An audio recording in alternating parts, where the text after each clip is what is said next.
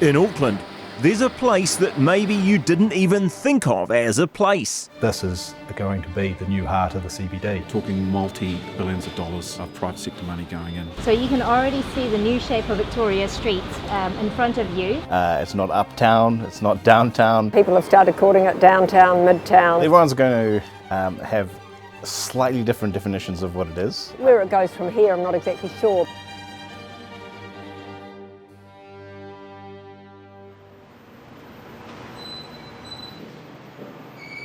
This is Midtown Auckland, a work in progress. It's had the pain. Are we about to see the gain in the Midtown economy? At street level, Midtown looks a mess. Disruption, businesses struggling, a story we've all heard. Today, we're looking for what's coming. A first look inside what's expected to be the busiest train station in the country on the City Rail link. Like a Middle-earth quest through the mines under the mountains, we delve, seeking something precious. Word of when this place will open for business. Deep below Albert Street is the one who took over just as it should have been finished. 5 years as CFO and then stepped up to Chief Executive last year. How have we spent $5.5 billion here? Oh, this complex project, as you've just seen, there's a lot to it. You know, building the tunnels is one part of it. That's 3.4 kilometres of tunnel. COVID crunched the supply chain for labour and materials. Now they're at the most difficult stage, he says, installing and commissioning systems to run the place. So when do you think it's going to be ready to welcome people through the doors and stick them on a train? Well, ultimately that's an Auckland Transport decision in terms of safety and when they believe it's ready. But certainly within 2026 we still believe that. A cautious reply, Midtown is waiting above us. Can we get a better answer? Kiwi Rail is next in line to control the schedule. Early in the new year we'll be looking to then to start certifying the whole system and everything, and then it'll just be obviously a discussion with various parties around when the whole CRL as part of the overall network is ready to then go into what CRL Day 1 essentially, which is the new timetable and the new train plan and everything that'll go with it. So you don't have a date you're working to?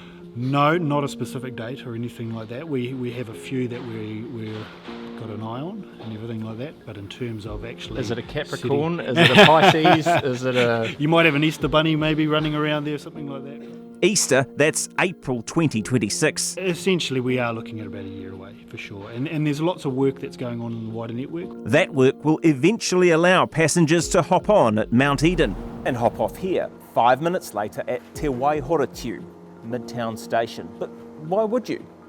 Why not keep on going all the way to the waterfront and bypass Midtown Auckland? What is there here after all? Auckland Transport will have the last word on when the first train arrives here.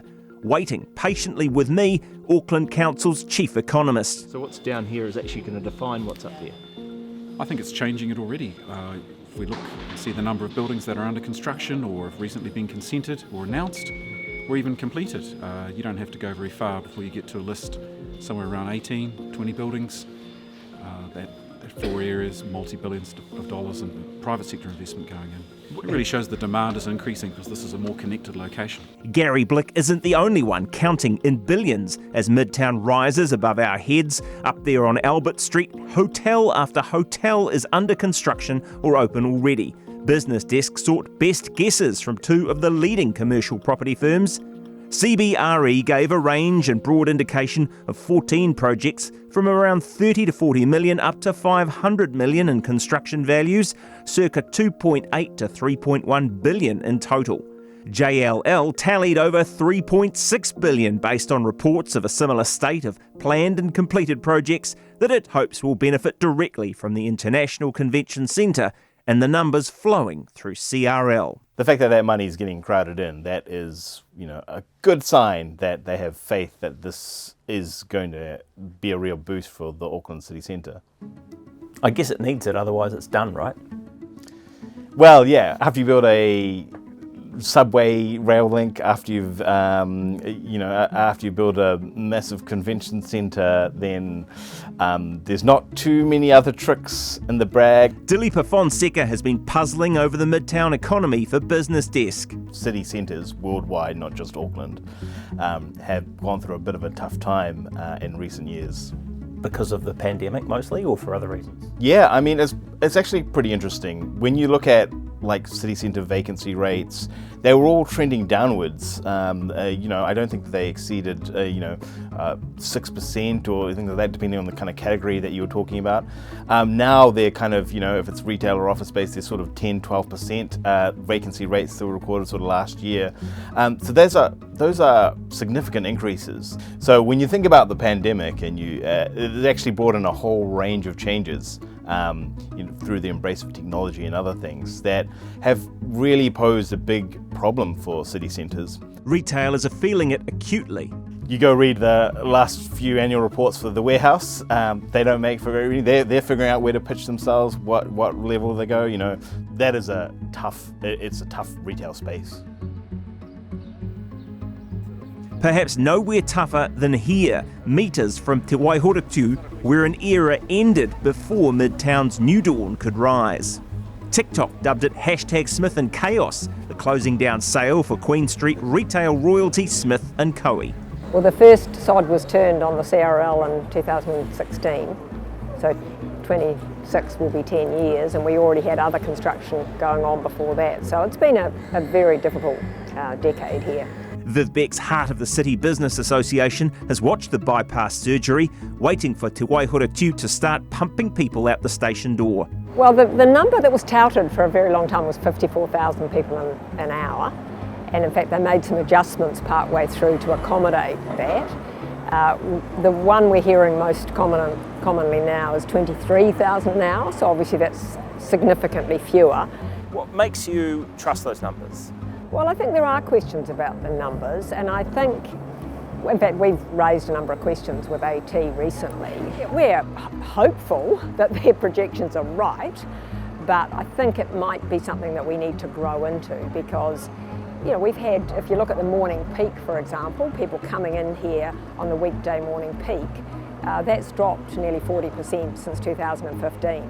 Just before the CRL construction started. Obviously COVID has had a big impact, but it was already declining before COVID. There was a 44% reduction in the number of private vehicles coming in, but that hasn't been replaced yet by public transport and active modes. Over the road, inside a showroom, we're in a different world, where Christian Monreal is selling a brighter future.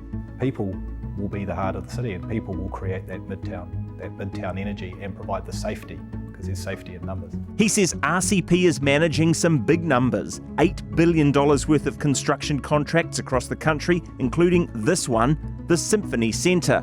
78 apartments, cafes and restaurants, groceries even, which will rise without casting shade on nearby Aotea Square from the rooftop of the train station. It's a nodal train station, so a number of lines intersect here. And I've designed the train station to accommodate up to 50,000 people per hour at peak. He's buying the big forecast. The project backers MCRB have also bought a 125-year lease on the place we're in, Bledisloe House, an office block next to Symphony, about to get a major rethink. We're talking about an overall investment in the order of about 650 million, which is a significant investment, but also points to the confidence we have in this area and the resurgence of this area. The Malaysian company behind the project specialises in building big around public transport. They challenge us to think at a more international scale. We're looking to start construction in earnest middle of next year, and we're looking to have the building finished late 28, early 29. It's a confident bet that may take a mind shift. With a lot of this Midtown stuff,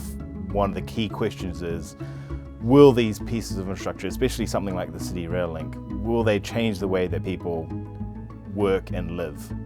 Will they change them from their current habits? Will people want to go into the office more if there's a 15-minute train ride as opposed to much longer commute? If you want to retain the quarter-acre dream, you need to accept the compromise that comes with that, which is possibly 2 hours commute a day. So it's a value proposition. I think Kiwis are maturing, the younger generation anyway are maturing, and they're seeing the value of time. So I think you'll see the younger generation will embrace the inner city living and the opportunities it provides them in terms of lifestyle and quality of life. I think our generation, it's a steeper learning curve.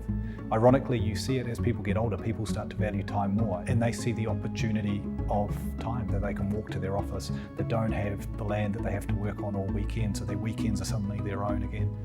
There are a lot of things that inner city living offers if you give it the chance. Te Waihoretiu takes its name from a river that once ran under Queen Street. Will a river of people and a river of gold run once again when the trains are running here? That is the hope for Midtown.